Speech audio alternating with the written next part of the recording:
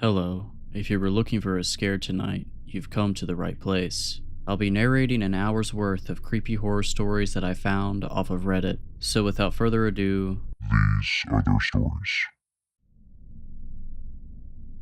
My father was a pretty easygoing person. He was always the fun dad who'd get my brother and I what we want from McDonald's or take us to the arcade downtown over the weekend. We'd play catch in the backyard and go hiking in the Green Mountains that always stood as the backdrop of my childhood. He was a very outgoing person and active in our small town community. He coached my baseball team and sometimes stood in as an assistant scoutmaster for our local troop, Troop 191. I looked up to him a lot, more than maybe most if I'm being honest with myself. Definitely more than my brother Sean. And now I look back at how my father was, especially during my most formative years, and I wonder how exactly he did it. He was the owner of a local security company. They'd set up cameras, alarms, the whole 9 yards. They also provided guards and watchman services. As far as I'm aware, these jobs were few and far between. It was fairly rare that any person or place really needed protection in Harmon. Our police force had a total of 5 members, and they were all part-timers other than the chief. What I didn't realize as a child was my father's company was farther reaching than Harmon's vague borders with the wilderness that surrounded it. They were contracted across the state, across New England sometimes. Again, most of this was alarm and camera security system work. Glorified electricians essentially, but they were good at what they did. The watchman positions only became available every once in a blue moon, and that was only because my father rarely took those jobs. He didn't even have dedicated employees for the work, simply hired freelancers looking for a quick buck, essentially watching cameras in an office for 8 hours a night. Things started to change after the recession, however. People didn't have the money to splurge on expensive security systems. My father knew we would struggle if he didn't make changes, and soon what was the outlying limb of his business became its core. People needed work, more and more properties were being neglected and abandoned, and my father saw that opportunity to capitalize on both. I remember he started coming home later than usual. Sometimes I didn't even see him until the next morning. Frankly, I was too young to really know what was going on. Sean might have been more aware, but I've never talked to him about it. As I grew up, I learned little bits and pieces of the night watchmen my father employed and the places they were hired to guard. He'd usually have some funny story to tell of the nightly reports he had come in. Sometimes there was nothing he'd tell me, however. When he got home, he'd simply drop his coat off in the mudroom and brush past my brother and I towards my mother with nothing but a shallow smile. I would watch my mother wrap her arms around him and they'd quietly walk into the next room, away from our prying ears and my prying eyes. As I grew older and all through high school, I was asked by many of my classmates if my dad could get them into one of the many properties which they surveyed. I'd always say no, of course. My father was very adamant about how dangerous those places were. He'd always say, "We aren't protecting the property from people, we are protecting people from the property." And anytime anybody I knew would try to make it past the watchman, they would end up in my father's office by the morning. Despite usually having known them since they were 5, Harmon was a small town after all. He never hesitated to let the police teach them a lesson. That included my best friend Devin, who lived 2 houses down from mine. Devin was probably one of the worst offenders if I'm being honest. I never dared join him on any of his expeditions, but once he got a car he was gone pretty much every single night. He was a smart kid, far more intelligent than the normal crowd that would break into any of the places my father's company surveyed. As a result, he got away with it. He wasn't there to trash the places though, just explore from what I was told. He'd show me pictures he took off his camera during lunch at school the next day, and to be honest, I didn't really understand the appeal. They just seemed like abandoned buildings, dirty, dusty, and probably dangerous. My father's words were still etched into my mind. Devin always defended his expeditions, however, despite the risks he took to achieve them. After high school, I honestly didn't know what to do with myself. I tried my hand at community college, but that didn't go far. Looked into the trades, but I'll be the first to admit I wasn't built for the blue-collar lifestyle. After 6 months or so in the spring of 2018, my father offered me a job. "Hey kiddo, can I come in?" he asked, knocking on my bedroom door. I swung around in my desk chair, pausing the game I was playing. "Yeah, of course," I replied with a bit of hesitation. I knew this conversation was coming. It had been months and I'd been stuck working at the local urgent care behind the front desk, a carryover from my short interest in pursuing medicine. It wasn't the most glorious work, and sometimes it certainly wasn't pretty, but I was comfortable there. He sat down on the bed across from me and folded his hands, letting out that sigh that always came before your parents said something you didn't want to hear. Adam, we need to talk about where you're going, he said plainly. What do you mean where I'm going? I mean where you're going, what you want to do with your life, college, career, anything at all. I hate seeing you just wasting your time here. He elaborated. Dad, I have a steady job. I'm just figuring out what I want to do, I said as sternly as I could muster. It was a weak attempt. You told me that back in the fall. It's May now, son. I gave you your time. Now I just can't watch you waste your time anymore, my father admitted. What are you trying to say? I asked with a bit of hesitance. I want to give you an opportunity, since clearly you aren't pursuing one yourself. He finally spit out, a job, working for me.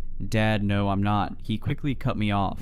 Adam, listen, it's better pay than you're getting. Hell, it's better pay than your brother is going to get once he finishes school. It can be the start of a career for you, or at the very least, you can start saving some real money for the future. And it's easy work. You'll have plenty of time to figure out what you want to do. He tried selling me, even repeating my own words. I shut my eyes for a moment and exhaled. What's the job? I asked begrudgingly, knowing this was less of a choice than he was making it out to be. Night watchman, 5 days a week, 8 hours each day. I'll even let you pick your days off. I thought you didn't want me going to those places. Aren't they dangerous after all? I questioned, trying to use his words against him. He rolled his eyes. I know what you're doing, son, and you're not a kid anymore. Plus, you'll be there legally, not trespassing like your friends. I'd be handpicking your assignments anyways. I won't have you going. If I'm going to take this job, I don't want any special treatment, Dad, I argued. You offer me this job, I will go where you'd send any other watchman. He didn't respond for a moment, clearly not having a quick counter like he did for anything else I'd said up until that point. If that's what you want. He finally stumbled out, less assertive than before. His demeanor had completely changed in those few moments. Any confidence he conveyed had eroded severely. He looked at me with eyes that told me to fight the offer that he himself had just been arguing for, and I looked back at him with a new sense of cockiness, like I'd somehow beat him at his own game. I barely even thought about what I was doing. I knew my job was dead end anyway, so I didn't see much stake in keeping it. Maybe this was a smart idea. My father had always had my best interest in mind. He wouldn't have ever offered this to me if he thought I couldn't handle it. But then again, I had thrown in a term that he did not offer. I'll do it, I agreed simply, giving him a smile. He nodded silently, slowly rising from the bed and walking towards the door. Alright, I'll let you put your 2 weeks in then,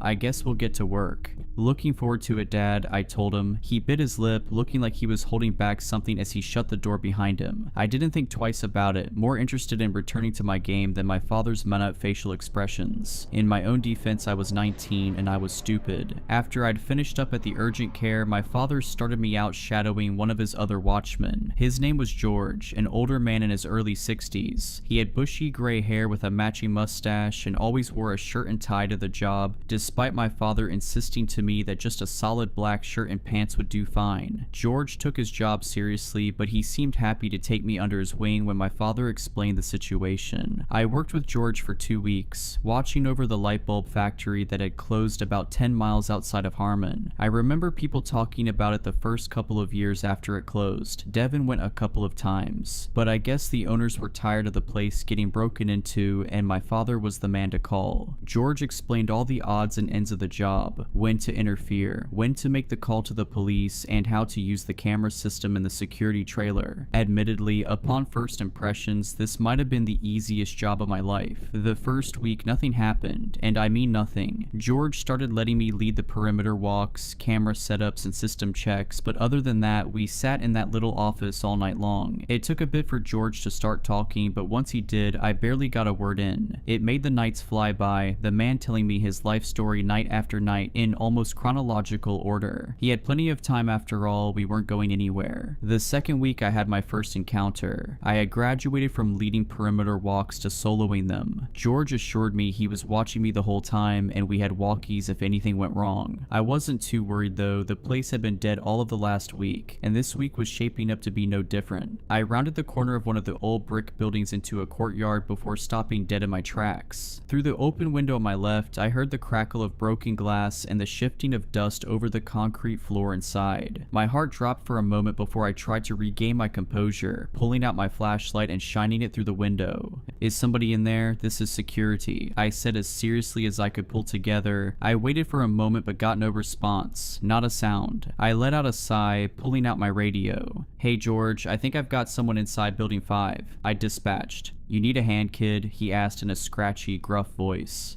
I'm gonna check it out myself. I'll let you know, alright?" I decided, starting to walk towards the ajar door to the left of the window. Also, they've got to secure these doors. "I've been saying that for months. Alright, just watch yourself in there, Adam. Remember, these places can be dangerous," he advised. "I can be there in 2 minutes if you need." "Got it, will do." I answered quickly, clipping the radio back to my pocket and pulling open the old metal door. I stepped up to the factory floor and found the space completely void of movement, void of sound, void of life. It was dark, dank, and water pooled where the ceiling leaked. Old equipment was still bolted to the floor and made the vast space feel like a maze with only my flashlight to guide me. I called out again. "This is security. If you're in here, I'm gonna find you. This is private property and you're trespassing," I said, repeating another one of George's lines he taught me. My words echoed off the distant walls of the space, making me feel even more isolated and small. Despite it being a pleasant 65 outside, inside it couldn't have been higher than 40. I shivered as I stepped further into the moonlit space, surveying every nook and cranny I could find. A shiver went up my spine as I crossed into the next room. It might as well have been a clone of the last, but it felt noticeably different, colder and heavier, even more decayed. I heard the sound of the debris swishing under my feet as I walked. Dust, chipped paint, and glass crunched as I inspected the room, the same as the one before it. As I came to a stop and looked up at one of the massive pieces of machinery, I realized something was seriously wrong. While I was standing still, the sound of my footsteps kept going without me. And this wasn't an echo. That would have only lasted for a couple of seconds at most. This was clear, it was close, but slowly it sounded as if it were moving away. I stayed completely still, my heart pounding as I listened to the sound step around the machines, onto the catwalk with its distant metal clank, and back down to the factory floor on the other side of the room. Then it came to a standstill and the room returned to silence. I finally turned my head, my flashlight shaking in my hand as I crept around the corner, and there, standing at the far doorway into a long dark hallway, was the silhouette of a man. He stood completely still, almost like a cardboard cutout. I shined my light towards him, but the beam seemed to almost dissipate before it made it across the room. Despite what George had told me time and time again about confrontations, I had to admit I was terrified. As I slowly walked closer, I had to keep reminding myself that it's just a person. "Sir, you can't be here. This is private property," I stumbled out, completely failing to deliver an intimidating tone. I got no response from the man. His silhouette stayed exactly in its pose, standing almost inhumanely straight up. Even as I approached him, my flashlight's warm glow still wouldn't reach him. I tried whacking the battery compartment to get a little more juice out of the light, but all it did was kill the light completely. I tried to stay calm as the silhouette watched me from the doorway. I frantically tried sliding out the batteries and reinserting them, my eyes dashing between my hands and the silhouette. Screwing the cover back on, I flicked on the light to find the figure was gone. "Hey, stop screwing with me. We're gonna call the cops and you're going to be charged with trespassing," I warned in a futile state of panic. I turned around in circles, shining the light on any and every surface of the room. He hadn't gone far, he couldn't have. I didn't even hear his footsteps and it had only been a moment. I finally rested my eyes back in front of me and there, just as I'd left him, was the silhouette of the man. The flashlight did nothing to give the figure any details. He remained as dark and featureless as our surroundings. "What the?" I whispered through quivering lips, dropping the light to my side. Finally, for the first time since I'd laid my eyes on him, the silhouette of the man moved. His arm stretched stiffly towards the open door, like the muscles hadn't been used in years. His hand closed slowly into a fist and he began to knock against the metal. At first they were nonsensical, slow, and the sound of the metal interrupted the immense silence that filled the space between us. I stood completely stunned, frozen, and unable to move. I thought to turn and run, but I feared what would happen if I lost eye contact with the figure. I could feel my heart pounding as the knocks started to become more consistent, but still slow and intentional. The man let the sound play out before he'd go again, and the knocks became more aggressive and loud, almost unnaturally so. The sound seemed to bounce off the walls, surrounding me in a way that I couldn't explain. Then it came to a stop as quickly as it began. The arm lifted one last time and gently tapped the door in a familiar rhythm, the shave and a haircut. I watched it lower back to to his side, just as jagged and stiff as it had raised. The figure's body then turned to face the open doorway to his right and slowly, almost robotically, walked through the door and out of my view. I quickly started to breathe freely again, my breaths long and labored. "Get your stuff together, Adam. Get this guy and call George," I whispered to myself as I hesitantly stepped forward. My slow walk quickly grew to a run as my fear mounted. The worst case scenarios and unknowns were building in my mind before I whipped around the corner the man had just stepped through. The room was small, with lines of shelves on either side and a small window towards the ceiling at the far end. Its safety glass was shattered, but the wire mesh kept it in place. The room was empty. Nothing disturbed, no footprints, no other way out than through the doorway I'd watched since he'd walked through it. Any sense of calm I had disintegrated almost immediately. My eyes danced from wall to wall, hoping somehow I'd missed the full-grown human that should have been standing right in front of me. My mouth fell agape as I stepped back slowly, almost dropping my flashlight with how much my hands were shaking. I grabbed the walkie from my pocket, admitting defeat as I was completely and unabashedly freaking out. "George, hey, it's Adam. I don't know what's going on, but this guy keeps disappearing and he was banging on the walls trying to freak me out. Can you give me a hand finding him?" I asked, my voice a stuttering mess as I tried to downplay exactly what I'd been experiencing. The line stayed static, my mentor's familiar gruff voice absent where it should have been. "Hey, you there?" I asked again after a few moments of static, and again I heard nothing. George, pick up the walkie," I ordered, feeling the panic swelling inside me, but George never answered. I looked in either direction, trying to find the nearest exit. In the darkness, I couldn't make out anything, and I tried to retrace my steps towards the door I'd entered through. My walk was slow, cautious, as I moved around the dusty assembly lines and heavy machinery. As I passed a row of dirty, fogged windows, a rush of wind whistled through the building, sending the trees outside swaying and loose debris inside flying. Tree branches smacked against the windows as I passed, making me jump back in fright. I was more on edge than I'd ever been before, and if I'd heard a pin drop, I imagine my ears would have caught it. I continued past the windows, barely making it a few feet before realizing that something wasn't right. While the wind had subsided, the branches kept hitting the windows. I swung my light around faster than I'd ever moved before, but it revealed nothing. The branches were completely still, yet the tapping continued. It was slow, purposeful, and I quickly understood its source wasn't something outside. I finally took off in a dash towards the next room, the soft taps of the window behind me turning into aggressive, loud bangs. The sounds bashed off of different materials, metal, brick, wood, anything that was available. I didn't dare look behind me as I tripped around the corner into the next room, but it followed me faster than I could run away. I could hear objects right beside me being pounded, smashed and tossed, shaking the floor beneath my feet. I saw the moonlight shining through the open doorway in front of me as I kept running as fast as I possibly could, the vigorous, angry violence behind me gaining closer and closer to my ears. I heard loud bangs against the brick wall beside me, so strong that the plaster began to crack and chip. I swung around the handrail and felt something knock my leg out from under me, twisting my ankle as I tumbled down the stairs and out onto the crumbling concrete. I didn't move for a moment, almost hoping that I could somehow play dead, but that thought didn't last long. I quickly pushed myself to my feet, feeling the throbbing pain in my ankle as I hobbled away from the doorway. I barely made it 5 feet before collapsing to the ground again, starting to cry as I rolled onto my back. I picked my head up and looked back at the factory building. Silence surrounded me as if nothing had happened. The leaves of the trees rustled quietly above, and that was all. In front of me, standing in the doorway I'd just come through, was the man, his black silhouette almost blending into the darkness behind him. I stared at him, frozen and helpless like a deer in headlights. He simply stood for what felt like hours before moving his arm to the metal door, just as he had back inside. He balled his hand and gave the door 2 solid, slow knocks. Then he turned and the black silhouette slipped back into the shadows. I walked in agonizing pain back to the security trailer, my entire leg throbbing in pain as I tried to move as quickly as I could. I kept trying to radio for George, but even outside, the walkie couldn't reach him. When the trailer came into view, something immediately seemed wrong. The lights inside were off. The flood lamp that was pointed down onto our security car had gone out as well. The place seemed lifeless and empty, just like the rest of the factory. Crap, I muttered under my breath as I hobbled up the stairs and through the door. The room was cold, dark, and almost devoid of sound. George's usual early morning radio show had been replaced with white static, and in the office chair, hand grasping his chest, was George. He was heaving heavily, his eyes terrified as they rolled over to meet my own. I nearly nearly fell again as I hurried to his side.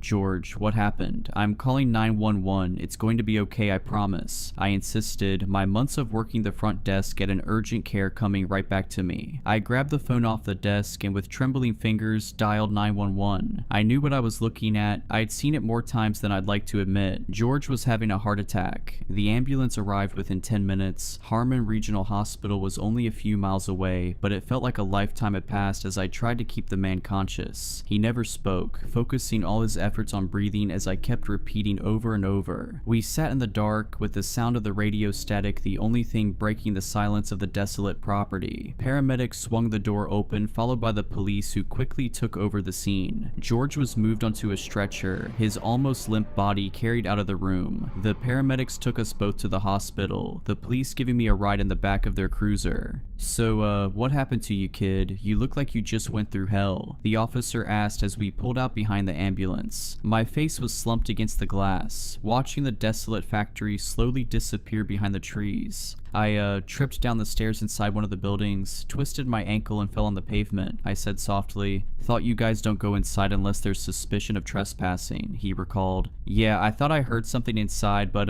didn't find anyone. Probably was just an animal," I tried to say, the words barely able to trickle out of my mouth. "Right. Guess you guys get a lot of that. Just so you know, if you think someone could be in there, we can investigate. I can have officers inside and—" "No," I insisted, a renewed energy in my voice. I couldn't imagine having any other soul enter that place, and I certainly wouldn't have it happen because of me. It was an animal. You don't need to have anyone go in there. Trust me." Alright, if you say so, kid, if you say so. I told my father the same thing when he and my mother made it to the hospital. My mom was just relieved I was alright. I looked worse than I really was, despite the cuts, bruises, and boot I got put on my foot for the next 2 weeks. My father looked at me differently, however. He was all smiles, glad I was safe, and said he was sorry I had to go through the whole ordeal. But there was something else in his eyes I couldn't quite place. Mannerisms that didn't quite match. I didn't really understand it, and at the moment I didn't really care to, but I do now. I was back on the job after the boot came off. My dad got one of his other guys to cover the factory with George out of commission. He lived through the heart attack, but never went back to work at that factory. He never told a soul what happened in the time he was alone either, and I did the same. Not until right now. I worked for my father's company for a year and a half, and there are many things that I never understood about what would happen on that job. Long after the knocker, as I started to call him, but whatever happened always stayed there. And I didn't. Now I'm happy to say I don't have to work the nights. I don't even work in security. I live with my girlfriend Emma 2 states away, and I've been happy. Money is good, relationship is good, life is good. My time working as a watchman doesn't even cross my mind. It's always been covered up by something better. But last night I woke up in the middle of the night. Emma was still asleep, her dirty blonde hair having fallen over her face as she slept facing me. I couldn't help but smile. She always looked funny when she slept. I stretched a little under the covers as I adjusted and got ready to shut my eyes again. I let out a long breath before settling in again, rolling over and shutting my eyes. But just as quickly as they shut, they were quickly wide open again. I heard a knock on the glass, and then another, and then more. They were delicate but purposeful, almost rhythmic. It lasted almost 10 minutes and ended in the same way, a shave and a haircut. I've spent the entire day today trying to figure out what caused it. Wasted my entire Sunday. I tore the house apart and checked every inch of the exterior, every bush, every tree, anything that could reproduce the knock, but it was a dead end at every turn. In the back of my mind, I knew I was simply delaying the answer I already knew was right. Emma thinks I'm going crazy trying to find the source of a knock that wasn't even loud enough to wake her up, but she doesn't understand and I don't intend to explain it to her. Not yet anyway. I'm afraid to go to sleep tonight. I don't know what will happen. Maybe nothing, maybe the same thing, maybe something worse. The unknown worries me because the knocker isn't the worst thing I encountered on that job. And as much as he terrifies me, there are much bigger fish in the sea.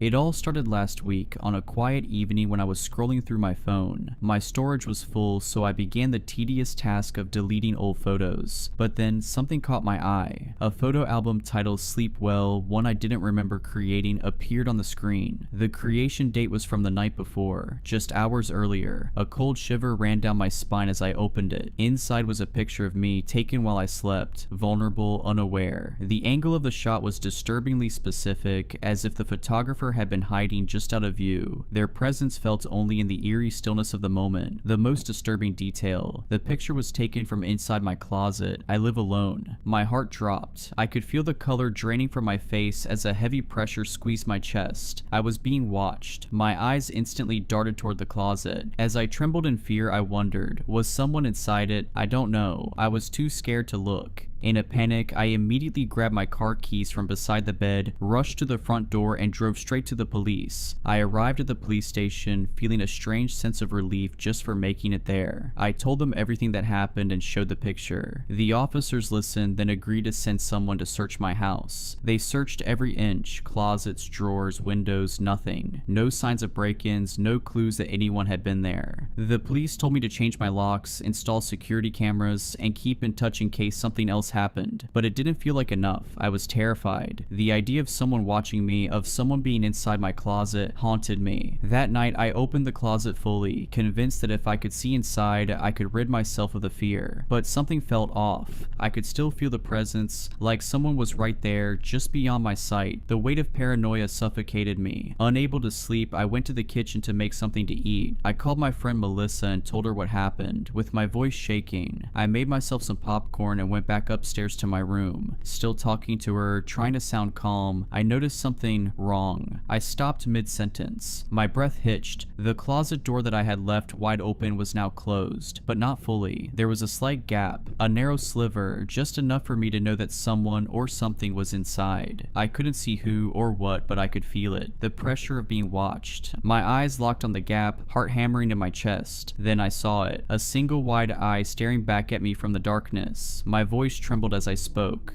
"Hello, are you still there?" Melissa asked, confused by my sudden silence. I couldn't answer. My body was frozen. Someone was inside the closet. I was sure of it. I slowly pulled my bedroom door shut, my hands shaking as I gripped the doorknob. I locked it. Then, with my heart racing, I ran outside and called the police as I stood in my yard, too terrified to go back in. When the officer arrived, I rushed to explain. I locked them in my room, I swear. They're in the closet. They were watching me. The officers moved quickly, their hands steady, trained. They entered my room, opened the closet door, and nothing, no one. The closet was empty. There was nowhere for anyone to hide. The room was on the second floor with windows secured by metal bars. No exit, no secret passage. The officer returned to me, his face tight with frustration, his politeness wearing thin. "Ma'am, I know you're scared, but you can't call us every time you forget you closed your closet door. Be sure to only call us when you're certain it's an emergency. I suggest you sleep somewhere else until you've recovered from this panic." "What, are you sure you searched everything?" "They must have escaped," I said, my voice trembling with remorse and disbelief. I felt the walls closing in. How could they have missed something? How could they not see it? "As I said, the house is empty," the officer replied, his tone cold and dismissive. I felt my frustration growing. This wasn't right. There was someone there. I couldn't shake the feeling, the cold certainty gnawing at me. No, you have to believe me. There was someone in there. I locked the door, I swear. There's no way they could have gone anywhere. My house is locked down. Please search again," I insisted, my voice rising in desperation. The officer gave me a long look, clearly fed up. "Ma'am, we've been over this. The house is empty. Nothing's here. I suggest you take a step back and calm down. We can't keep coming back every time you think someone's in your closet." His words hit me like a slap, each one a cold dismissal of everything I had experienced. I stared at him, fighting to hold back tears. But I saw them. I saw their eye. "Get some rest," he cut me off, turning on his heel. "We're done here." Reluctantly, I followed the officer's advice and went to sleep at Melissa's house. She's my best friend, and being with her felt like the only place I could be safe, at least for that night. Melissa tried to lighten the mood, but I could hear the nervousness in her voice. "Are you sure this picture isn't just some joke from someone messing with your head?" I forced a weak laugh, but it was hollow. "Number, I'm sure about what I saw. There's someone watching me." I didn't want to talk much. My mind was racing, but the words wouldn't come. I hadn't been able to explain it properly to the police, and now I couldn't explain it to her. The fear was too real. Melissa's husband was out of town, so I ended up sleeping next to her. I was too scared to sleep alone. That night, I finally felt a little safer, a little less alone. The next morning, things felt better. Being with my closest friend gave me a sense of comfort. I ate breakfast, tried to distract myself, but there was one thing I couldn't shake. The picture. I had to know. I had to see it again. Melissa asked, "Can you show me the picture picture again. I didn't want to look at it, but I opened my gallery anyway. I could feel my heart thudding in my chest. I stared at the album for a moment before clicking on it. My stomach dropped. There was another picture in the album, a new one. I zoomed in. I couldn't believe it. It was a picture of me, but this time I wasn't alone. Melissa was lying beside me, just like the night before, but the perspective was wrong. It was too close. Whoever took the picture was right next to us, and in their hand they were holding something, a rag doll. The doll looked just like me, the same dark hair, the same clothes, the exact same features. Even the expression on its face mirrored mine. The doll was lying in the same position I was, as if it had been placed there beside me, sleeping. In the background I saw the shadow of who took the picture. My heart stopped. My hand shook as I dropped the phone. The safety I had felt with Melissa was gone. All that comfort I had wrapped myself in vanished, replaced with a cold, suffocating fear. I wasn't safe. I wasn't safe anywhere. Melissa tried to calm me down, but it wasn't working. My panic was too overwhelming, and she could see that I was shaking, unable to catch my breath. Desperate to understand what was happening, she quickly reached down and grabbed my phone from the floor. Her fingers trembled as she opened the photo album, her eyes scanning the picture I had just shown her. Okay, this doesn't make any sense, she muttered, her voice tight with confusion. She looked at me, then back at the photo. Her brow furrowed as she tried to make sense of it, but there was a flicker of doubt in her eyes. Are you sure this isn't just some sick prank? Something someone's been sending you? Maybe an ex or someone you know? I shook my head, my voice barely a whisper. No, Melissa, I swear, it's not a prank, this is real. Someone's in my life, and they're watching me. Her expression faltered for a moment, and I saw her hesitate, her eyes darting nervously around the room as if she could feel the weight of something watching her too. Slowly, she handed the phone back to me, but this time I noticed her hand was shaking. Do you think they could be here too, in my house? She asked quietly, her voice laced with a hint of fear. I swallowed hard, my own breath catching in my throat. I don't know, but I don't feel safe anymore. I don't think I'm safe anywhere. Melissa's eyes widened slightly, and she stood up from the bed looking around the room. Her voice dropped to a whisper. I don't know, I heard some noises last night, but I thought it was just the house settling. I didn't want to say anything because I didn't want to worry you. The fear in her eyes mirrored my own. For the first time I realized I wasn't the only one feeling watched. I think we need to check the house just in case, she said, her voice trembling as she grabbed her phone, preparing to call someone for help. Her eyes were wide, her body tense, as she waited for my response. Melissa looked at me, her face pale with concern. We need to go to the police, she said, her voice firm despite the obvious fear in her eyes. You can't keep dealing with this alone. If someone's really doing this to you, they need to know. I shook my head, a knot of anxiety forming in my chest. The police won't believe me, Melissa. I've already been there. They searched my house and found nothing. They said I'm just imagining things. They don't take me seriously. Melissa's face softened, but her voice remained steady as she reached for my hand. Number.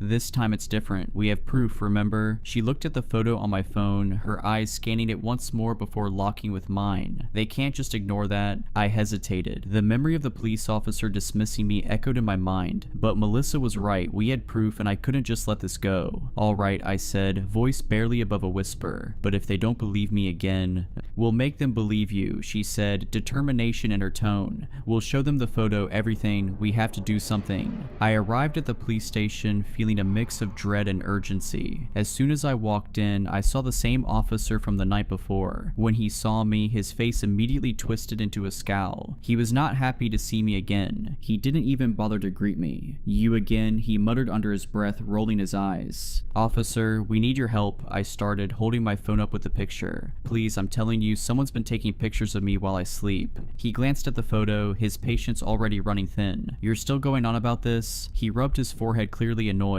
I already told you, there's no sign of a break-in, no evidence of anyone being inside your house. What do you want me to do? Investigate every closet in the city? I could feel the knot of fear tightening in my chest as I desperately tried to explain. But you don't understand, this picture, it's not just a prank. Someone's still watching me. Melissa, who had been silent until now, spoke up. We don't have any more evidence, but we've checked everything. The house is empty, but she's still seeing things. This picture... The officer cut her off with a harsh wave of his hand. Enough with the photo. photo, he snapped, clearly not believing either of us. I've already done my part. If you two are gonna waste my time, I suggest you find another way to deal with this. He took a deep breath, then sighed in frustration, clearly not wanting to deal with this anymore. Alright, he said, I'll go to your place and search your house again, but don't expect me to find anything. The officer came with us, walking into Melissa's house like it was just another job. He searched every room with annoyance, even though we had already checked everything ourselves. We stood in the living room, the tension growing as we waited for him to come out. When he finally emerged from the last room, his face was contorted with anger. There's nothing here, he said sharply. No sign of a break-in. No one's been here, so stop wasting my time. I couldn't hold it in anymore. But the closet, someone was in there. They're still watching me. Please, you have to understand, I'm not making this up. He shot me an angry look, his voice turning cold. I've been through your house and I haven't found a damn thing. You really think I've got time for some prank, some sick joke? You two think this is funny? Melissa and I exchanged a look, both of us trying to process the officer's words. My heart sank as I realized the officer was done taking us seriously. This is ridiculous, he said, his voice laced with frustration. I'm not going to keep playing along with this. No more emergency calls. You two should find a way to get some rest instead of dragging me into your delusions. He turned and walked toward the door, leaving us standing in the middle of the room, shocked and speechless. The door slammed behind him with a finality that made my whole body tense up. Melissa just stood there, her face pale, her eyes wide with disbelief. Silence. Complete silence filled the room as Melissa and I stood there in disbelief. I need to go home. It's watching me, not you. Me being here is just putting you in danger, I said with my eyes welling up with tears.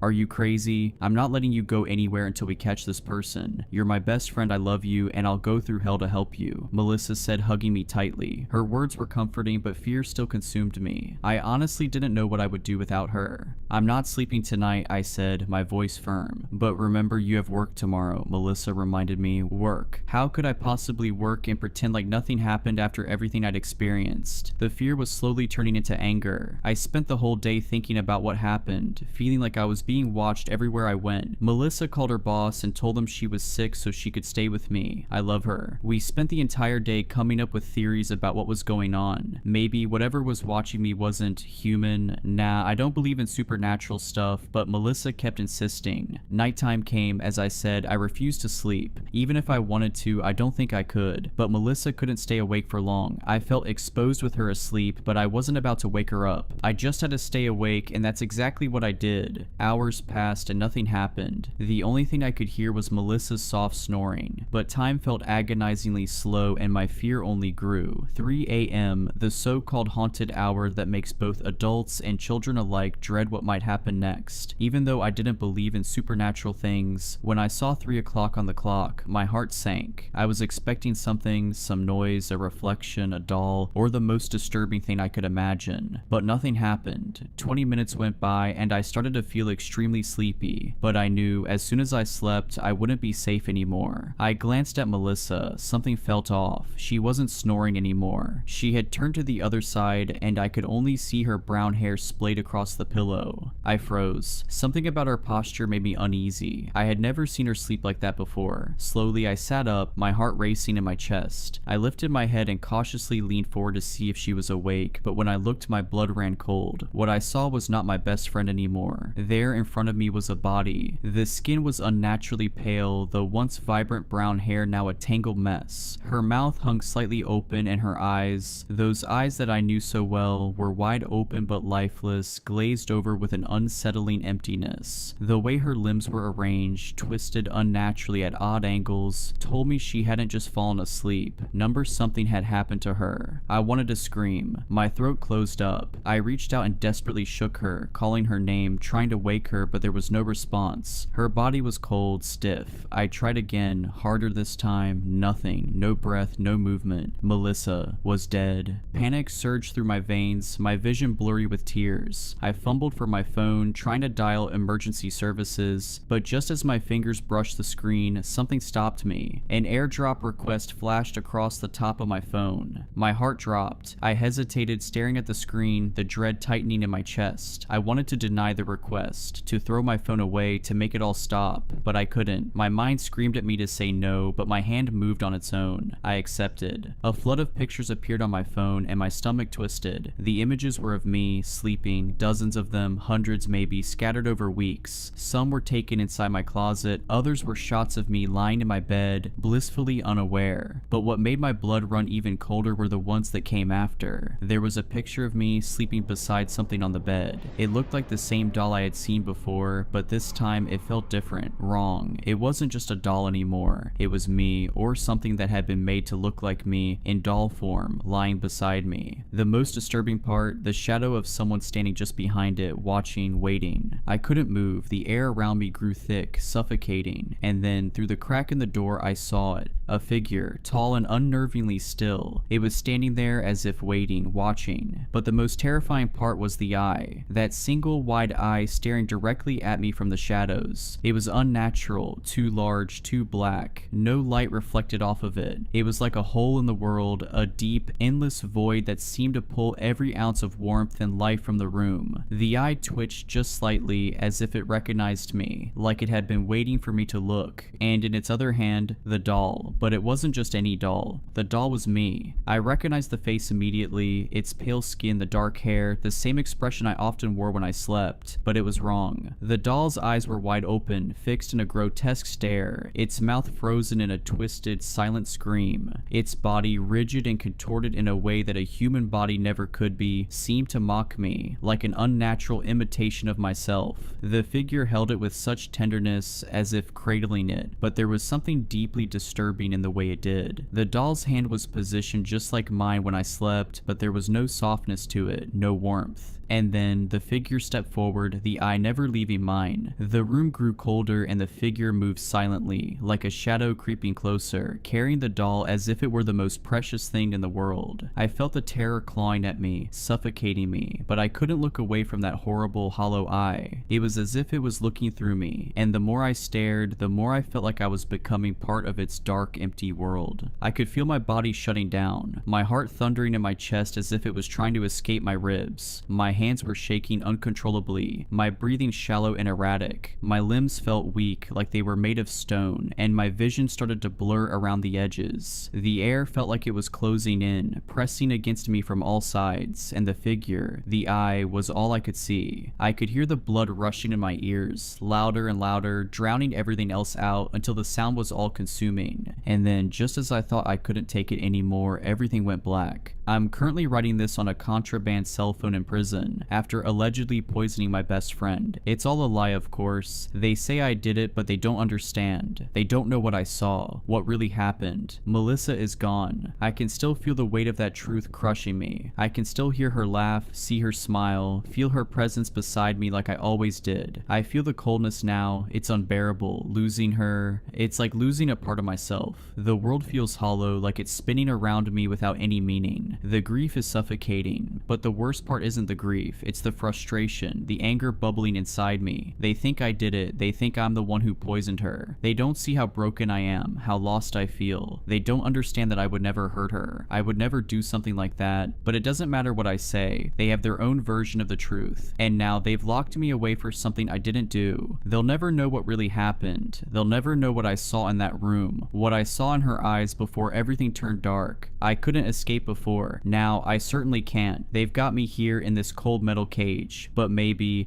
I can. There's still one thing I can do. I'm the only one who could put an end to this, to everything. The figure is still watching me, I can feel it. That same eye, always lurking, always waiting. It's still out there haunting me. I thought maybe, just maybe, being locked up would give me a break from the constant fear, but no, it follows me. It's always watching. I don't know how long I can keep going, how long I can pretend that I'm okay. I can't take it anymore. The nightmares, the paranoia, the guilt, they all blur together. I miss Melissa. I miss her so much. I love you, Melissa. I always will. I can't wait to join you.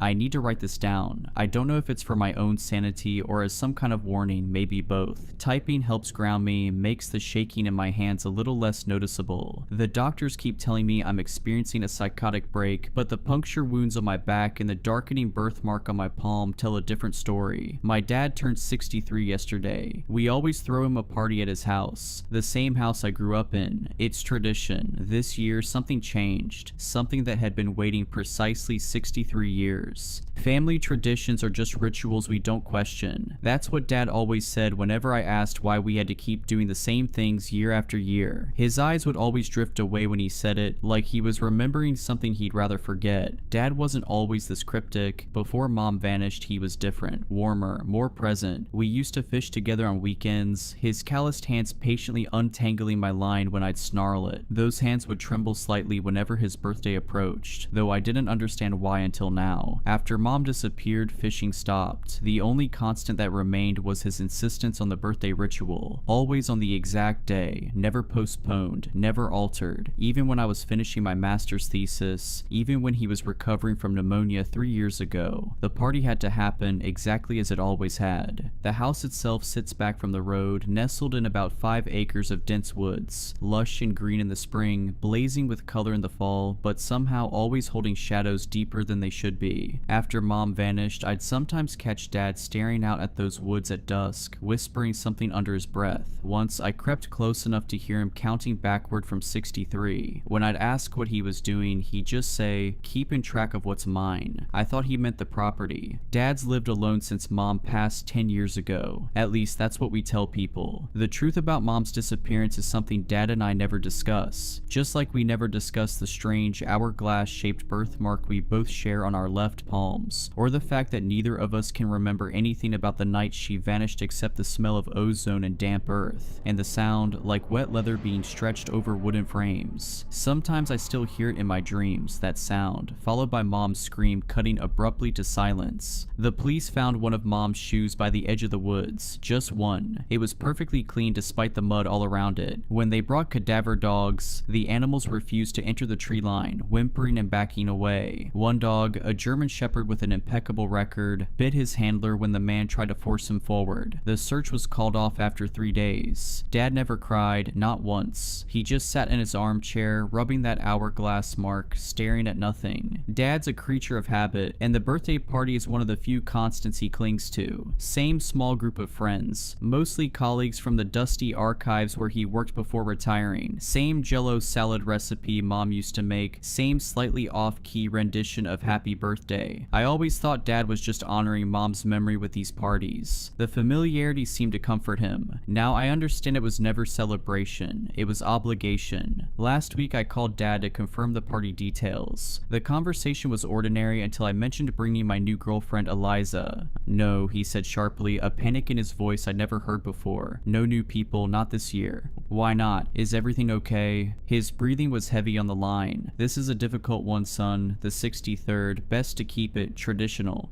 What's special about 63? I asked. The silence stretched so long I thought we'd been disconnected. Then, so quietly I almost missed it, he said, "That's how many they need." When I pressed him, he changed the subject, voice resuming its normal cadence as if the moment of strangeness had never happened. "I didn't invite Eliza. I got there around 6 p.m. on the day of the party. The gravel crunched under my tires like usual, but something felt different. The trees seemed to bend inward, watching, listening. Strings of faded party lights were draped across the porch railings, buzzing with an unnatural persistence, like insects speaking in code. When I killed the engine, the silence that rushed in felt hungry. Before going inside, I noticed something odd. The wind chimes Mom had hung years ago were perfectly still, despite the breeze I could feel on my skin. I touched one. It was ice cold and made no sound, as if it were frozen in time or existing in some different medium than the air around it. Inside, the usual suspects were already mingling. Mr. Henderson, Dad's old boss, looking even more like a bewildered owl than usual. Mrs. Gable from next door, clutching her ubiquitous Tupperware container. A few others whose names always escape me, but whose faces are etched into the memory of dozens of these parties. As I shook hands with each guest, I realized something that sent ice through my veins. Each year they look exactly the same, not not just similar, but identical. I realized with a chill that Mrs. Gable's dress was the exact same one she'd worn to every birthday since I was 15. The small coffee stain on the left sleeve hadn't changed, hadn't faded, it was precisely the same stain. The amber necklace she wore caught the light in the same way, reflecting the same pattern on her collarbone. For a decade, she hadn't aged a day. Dad seemed fine at first, maybe a little tired, but he greeted me with his usual warm hug, smelling faintly of pipe tobacco and old paper. He was wearing the slightly too loud Hawaiian shirt I got him last year. Everything felt normal. The low murmur of conversation, the clinking of ice in glasses, the smell of roast beef warming in the oven. But beneath it all was something wrong, a discord like music played at the wrong speed. When Dad hugged me, his arms held on a beat too long, his fingers pressing into the spot where my spine meets my neck, as if counting the vertebrae. I pulled away, and for a second, just a flash, his eyes seemed completely black before returning to their familiar hazel. The first crack in the facade was small. I was getting a drink in the kitchen when Mr. Henderson came up beside me. He didn't say hello, just leaned slightly towards the refrigerator, his eyes fixed on the magnets holding up my childhood drawings. I noticed with unease that one drawing, a crayon scribble I'd made at age 6, depicted tall, thin figures standing in a circle around a smaller figure. I didn't remember drawing it. The crayon marks seemed to shimmer slightly, as if freshly applied. "The cycle nears completion," he whispered, his voice dry like rustling leaves. "Your father has served well, but the vessel weakens." I forced a laugh, my throat suddenly tight. "What cycle's that, Mr. Henderson? Getting Dad another year older?" He didn't smile. He just slowly turned his head, his owlish eyes seeming too large behind his thick glasses, pupils contracting to pinpricks despite the dim light. The lineage must continue. The hunger must be fed. A memory surfaced. I was 7, hiding in the hallway past my bedtime, watching Dad and Mr. Henderson bent over old maps spread across the dining table. "The confluence occurs every 63 years, Henderson had said. "That's when the door thins. That's when payment is easiest." Dad had nodded gravely, his finger tracing something on the map I couldn't see. In the memory, Henderson had turned suddenly, looking directly at my hiding place, though I was certain I'd been silent. "The boy already shows the mark," he'd said, "stronger than yours was at his age." Dad had glanced up, his face drawn with a sorrow I couldn't comprehend then. "He won't bear it," Dad had answered firmly. "I'll find another way." Now Henderson straightened up, grabbed a napkin, and walked back into the living room as if nothing had happened, but not before I caught the faintest flicker of something insectile moving beneath the skin of his neck. I reached for my phone to call someone, who I wasn't sure, when I noticed the childhood drawings on the fridge were different. Where had been stick figures and houses, now showed dark, spindly shapes with too many limbs. One showed a crude black candle with a purple flame. Another showed an hourglass with what looked like a tiny figure trapped in each bulb, their mouths open in silent screams. I glanced at my palm, where the hourglass mark seemed darker than usual. I've had it since birth. Dad told me once it meant I was a keeper of time. Mom didn't have one. I remember asking her why when I was small, and she'd looked at Dad with such sadness before answering, "Because I'm not part of the line, sweetheart. I'm just a visitor." Then she'd hugged me so tightly it hurt, whispering into my hair, "But I'd rewrite time itself to keep you safe." Mrs. Gable, setting down her jello salad, lime green as always, caught my eye and gave me this wide, unblinking stare. Her smile didn't reach her eyes. It felt stretched, painted on. She held my gaze for an uncomfortably long moment before turning away with a jerky movement that reminded me of stop-motion animation. The jello didn't wobble as she set it down. It remained perfectly still, as if frozen solid, or as if the laws of physics simply didn't apply to it. As more guests arrived, the same faces Dad had known for decades, the atmosphere grew heavier, charged with something I couldn't name. They greeted Dad with a strange formality, their handshakes lingering, their fingers tracing the hourglass mark on his palm. Their eyes scanned him up and down with an unnerving intensity, like butchers assessing a prime cut. They barely spoke to each other, arranging themselves around the living room in a loose semicircle facing the armchair where Dad usually sat to open presents. They just stood there, waiting. "Dad," I whispered, catching him alone by the hallway. "Something's wrong. These people..." "Not people," he corrected quietly, his eyes darting around the room. For a moment he looked terrified. "Never were. I'm sorry, son. I tried to keep you away from all this. Your mother and I both did. She thought if she..." He stopped abruptly as Mrs. Gable approached. "It's time for cake, Arthur," she trilled, her voice hitting notes that made my teeth ache. Dad nodded, defeated. "Yes, time for cake."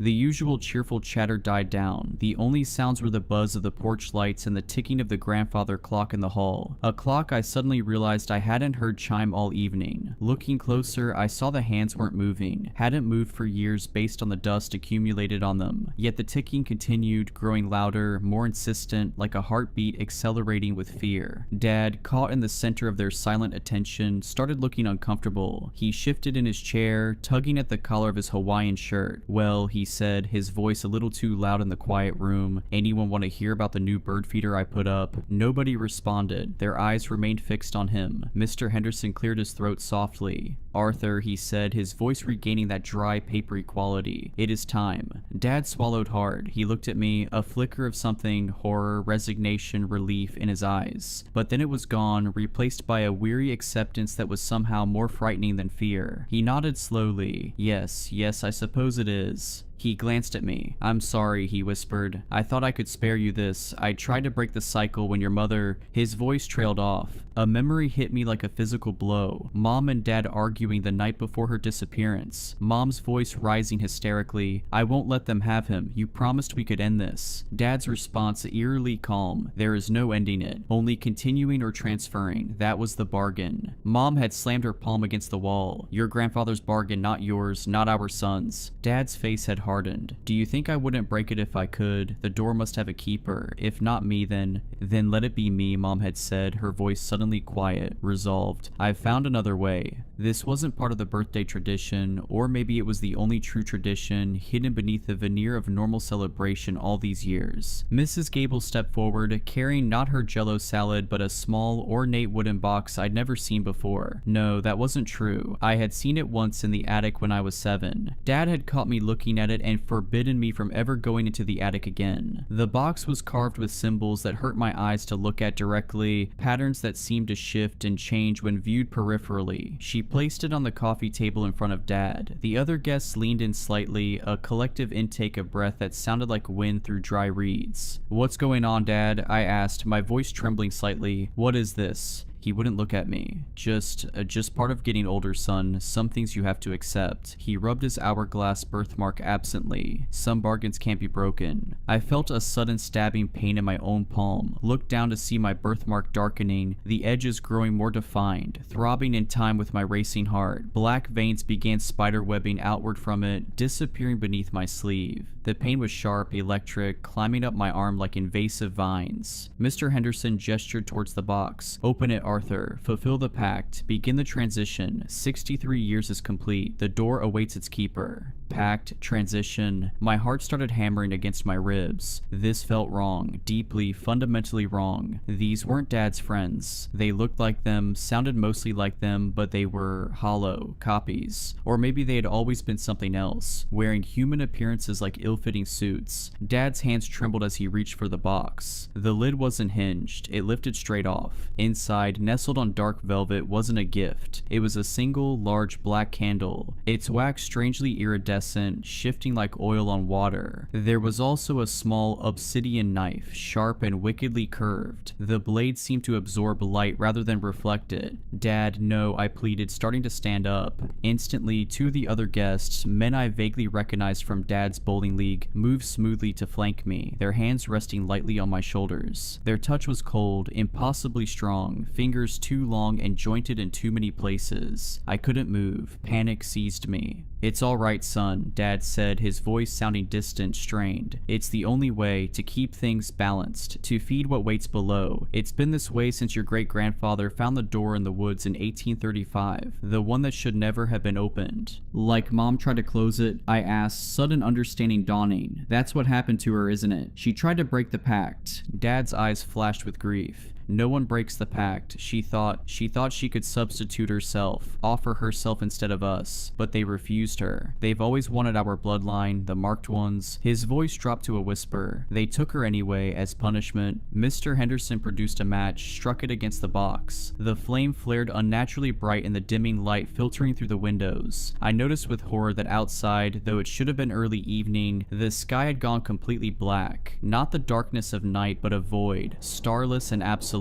The match's flame cast no shadows despite its brightness. He lit the black candle. It didn't smell like wax, it smelled like ozone, like damp earth, like something metallic and old. The flame wasn't yellow or orange, it burned with a deep violet light that cast long dancing shadows that moved against the direction of the flame's flicker. The shadows formed shapes on the wall, elongated figures with too many limbs, contorting in what might have been dance or agony. And I remembered something else. Being 5 years old, waking from a nightmare where tall creatures with too many joints danced around my bed. Dad had come in, seen my terror, and shown me his palm. "We see them because of this," he'd said, pointing to his hourglass mark. "We're the only ones who can. That's our burden, our gift." "The offering," Mrs. Gable prompted, her stretched smile wider now, splitting her face unnaturally. As she spoke, I glimpsed something behind her teeth, a darkness, a void similar to the one that had replaced the sky. Dad picked up the obsidian knife. His knuckles were white. He looked down at his own hand, resting on the arm of the chair, at the hourglass birthmark that now pulsed an angry red. He took a deep breath, closed his eyes, and made a swift, shallow cut across his palm, directly through the mark. I tried to cry out, but the hand on my shoulder tightened, squeezing the air from my lungs. My own birthmark burned in sympathy, the pain spreading up my arm as if my veins were filling with acid. Dad didn't flinch, didn't make a sound. He held his bleeding hand over the candle's violet flame. As the first drop of blood hit the flame, it didn't sizzle. It flared, sending purple sparks into the air that hung suspended, forming momentary constellations of unknown meaning. And the guessed, they changed. It wasn't instantaneous, more like a slow motion distortion. Their faces seemed to lengthen, their eyes sinking into shadow, their mouths stretching into impossible, hungry grins filled with too many teeth. The familiar forms flickered, revealing something gaunt, elongated, and wrong underneath. The air grew cold, carrying the scent of decay and something else. Something like stagnant pond water and electricity and time itself gone stale. They weren't human. They had never been human. They began to hum, a low guttural sound that vibrated in my bones. It wasn't music. It was resonance, ancient and terrifying. It was the sound I'd heard in nightmares all my life. The sound I think Mom must have heard the night she disappeared. The sound of something vast and patient, stirring beneath reality. As the humming intensified, I noticed something horrifying. The walls of the living room were becoming transparent, revealing not the expected wooden framework, but a vast, impossible space beyond. A landscape of twisted, impossible geometry, where massive, shadowy forms moved with deliberate purpose around what looked like an enormous door, its surface carved with the same symbols as the wooden box. Through the transparent floor, I could see it wasn't dirt or foundation beneath us, but a chasm that stretched downward forever, pulsing with violet light. And Dad was changing too. The weariness fell away from him. His eyes, fixed on the violet flame, began to glow with the same unnatural light. His skin seemed to tighten over his bones, taking on a grayish, translucent quality. The lines on his face deepened, looking less like wrinkles and more like carved glyphs, forming patterns similar to those on the box. His joints began to shift, bones lengthening and realigning with sickening wet cracks. He wasn't my dad anymore, he was becoming one of them, the vessel being prepared. The blood dripped steadily into the flame, each drop met with a flare and an intensification of the humming. The figures around him swayed, their shadowy forms seeming to draw sustenance from the ritual, from my father's offering, from his transformation. I finally understood. This wasn't a birthday party, it was maintenance, a feeding, a renewal of whatever pact Dad had made or inherited or been forced into generations ago. These weren't his friends celebrating his life, they were something else, ensuring their connection, their hold, ensuring the cycle continued. The blood, that's why it had to be exactly 63 years, one drop for each year, sustaining whatever lay beyond that door until the keeper could be properly prepared. And as my birthmark burned hotter, I realized with sickening clarity that I was next. The lineage continues. The hunger must be fed. Something inside me rebelled. This wouldn't be my fate. I wouldn't become whatever Dad was becoming. Wouldn't feed whatever ancient thing lurked beneath our family legacy. I thought of Mom, who had tried to save us, who had given herself to protect me from this moment. Terror gave me a surge of adrenaline. I twisted violently, shoving backward against the unyielding grips. One hand slipped just enough. I scrambled, falling over over a footstool, kicking out blindly. I connected with something hard, a knee, and heard a sharp crack, followed by a hiss that didn't sound remotely human. The humming stopped. Every elongated head snapped towards me, their glowing eyes filled with cold, ancient malice. The illusion was gone completely now. They were monsters wearing the borrowed skins of my father's acquaintances, skin that now hung loose in places, revealing glimpses of something chitinous and segmented underneath. And the thing in the armchair, the thing that was no longer my father, slowly turned its head. Its eyes burned violet. A low growl rumbled in its chest, but I saw something flicker behind those inhuman eyes. A last remnant of my father, fighting to the surface one final time. "Run," it rasped, the voice gravelly, layered, barely recognizable. "They don't want you yet, but they will. The door in the woods, find it, close it. Your mother found a way, in her journal, under the floorboards in your old room." Its voice contorted into an inhuman shriek as the others turned toward it, their attention momentarily diverted from me. Mom's journal. She'd been trying to break the cycle all along. I didn't need telling twice. I crab-walked backwards, scrambled to my feet, and bolted for the kitchen door. The cold hand snatched at me, ripping my sleeve. Something sharp, a claw, raked across my back. I screamed but didn't stop moving. I slammed through the back door, into the suffocating darkness of the woods, not daring to look back. I ran until my lungs burned and tears streamed down my face. Strange whispers followed me through the trees, and more than once I glimpsed thin, impossibly tall figures moving parallel to my path, always just beyond the range of clear sight. The darkness wasn't natural, no stars, no moon, just absolute blackness broken only by brief flashes of violet light that illuminated nothing. Then I saw it, a clearing I'd never noticed before, though I'd played in these woods all my childhood. In the center stood a massive ancient oak tree, its trunk split down the middle, creating a gap that looked almost like a doorway. Inside that gap was only darkness, but it wasn't empty. It moved, pulsed, breathed. The air around it rippled like heat waves, and the smell of ozone was overwhelming. The door in the woods. What great-grandfather had found, what Mom had tried to close. As I approached, I could feel its pull, a gravity that tugged not at my body, but at something deeper, something connected to the mark on my palm. The darkness inside the split trunk seemed to recognize me, to hunger for me specifically. It knew my bloodline, it knew the hourglass mark. It had been waiting. But before I could approach it further, a deafening chorus of those humming voices rose from behind me. I glanced back to see a procession of the elongated figures emerging from the tree line, led by the thing that had been my father. They were coming for me to complete what they'd started, to ensure the lineage continued. I didn't stop until I hit the main road, collapsing onto the asphalt, gasping for air. Above me, the sky was normal again. Dusky evening, stars just beginning to emerge. A car swerved to avoid me, horn blaring. Normal sounds. Normal world. As if a membrane separated this reality from the nightmare I'd just escaped. I called the police from my cell. I told them, I don't even know what I told them. A home invasion, a psychotic break. They sent a cruiser to the house. They found it empty. No signs of a struggle, no blood, no black candle, just leftover roast beef, a half-eaten jello salad, and faded party lights buzzing on the porch. The officer gave me a concerned look as he described the scene, clearly thinking I was having some kind of breakdown. There was one weird thing though, he admitted reluctantly. All the clocks in the house had stopped, every single one showing 6:13 p.m. The exact time Dad had cut his palm. Dad is missing. His friends are unreachable, their numbers disconnected, their home standing empty as if no one had lived there for years. The police think Dad wandered off, maybe had a health episode. They look at me with pity, thinking I'm hysterical from grief and stress. But I know what I saw, I know what they are, and I know that Dad didn't just wander off. He was renewed, prepared for another cycle, transformed into something that serves whatever waits behind that door in the woods. I haven't been back to the house, I can't, but I need to. Mom's journal is there, under the floorboards. The answer to breaking the cycle might be in those pages. The answer to saving Dad, if anything of him remains, and maybe even Mom. Sometimes late at night, I think I see movement in the woods behind my own apartment, tall thin shadows flickering between the trees, watching, waiting, patient. I've started keeping track of how many I see each night. Always 63, never more, never less. The hourglass birthmark on my palm has begun to darken, the edges growing more defined each day. Black veins spread from it now, reaching past my wrist. Sometimes I wake up with the taste of ozone in my mouth and dirt under my fingernails, though I haven't left my apartment. Last night, I found a small wooden box outside my door. I didn't open it. I have started researching my family history, looking for clues about this door in the woods Dad mentioned. The librarian gave me an odd look when I requested the county's oldest maps and land surveys. Funny, she said, your father used to research the same things. As she handed me the maps, I noticed something on her palm as her sleeve pulled back, the faintest outline of an hourglass. When she saw me looking, she quickly pulled her sleeve down, but not before I saw the black veins spreading up her arm. Her smile didn't reach her eyes. "When's your birthday?" she asked, her voice too light, too casual. I didn't answer. I just took the maps and left. But as I reached the library door, I heard her whisper, "Time is running out for all of us." Back in my apartment, I spread the maps across my kitchen table. The oldest one, dated 1835, showed something that made my blood run cold. The woods behind our house were marked with a symbol, a crude hourglass inside a circle, and scrawled in faded ink at the edge of the map, "The confluence, the door, the bargain is made."